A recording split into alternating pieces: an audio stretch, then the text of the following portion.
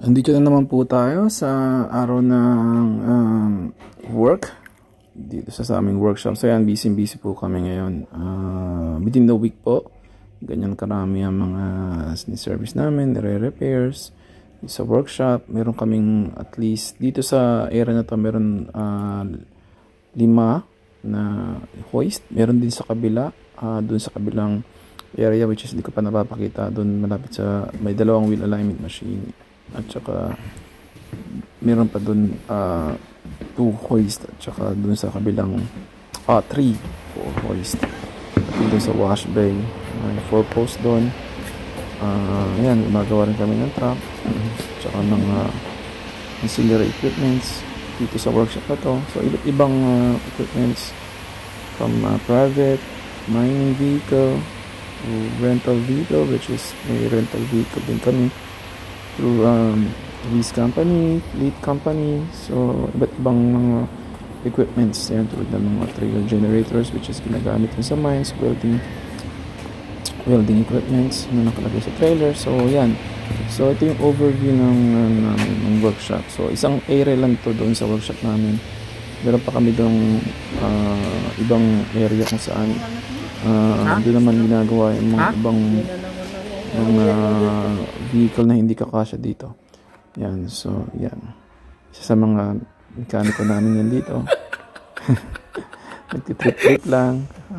Bali ang yan, isa sa mga TikTok time namin ng team. So na-post ko na to before. So yan ang team namin dito, CMS team. So dalawa kasi ang team namin dito. Meron rental, which is like solutions yan. Isa sa mga fun time na recreational or mga ginagawa namin ng team. So ito yung team na to. Ito yung grupo namin yan. Yung iba dyan is wala kaming after work. Yan, nagbibilyar kami. Gather, playtime, yan. Arcades. So ito sa bahay ng boss ko kapag walang ginagawa. Near the workshop din to, dun lang sa area, lapit din dun sa titira namin. So yung close-knit ties ng mga Australians yun ang nagustuhan ko dito sa grupo ng, at saka pagtatrabaho dito sa Australia. Kumbaga layback ang attitude nila. Hindi rin ganun ka pressure, although syempre kailangan ng professionalism yan. Kumakain kami dyan, yan yung buong team yan. Tuturo namin ng video kaya, so natuto sila mag video kaya sa amin. So makikita nyo, may mga gatherings din kami na ginagawa dito to have an overview of how we work. Yan yung mga team ko. Yan yung mga mechanics, auto electricians, mga diesel fitters or yung heavy equipment mechanics din dyan. So ito tinuro namin sa kanila yung karaoke, which is very common sa atin. Yan ang kantahan to the max.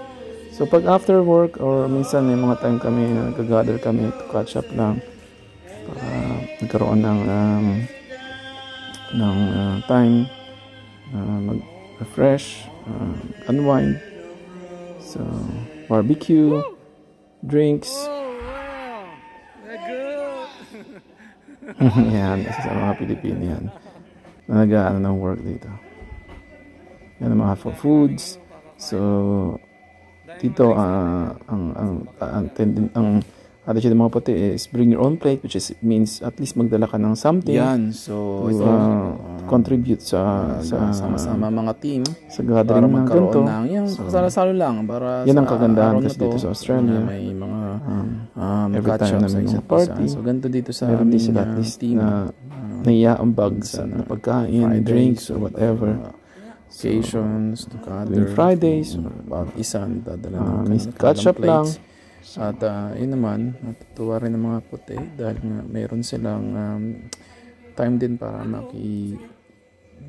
catch up dun sa video kita, which is yung traditional na team natin mga Pilipino yung pagkanta-kanta ng videoke.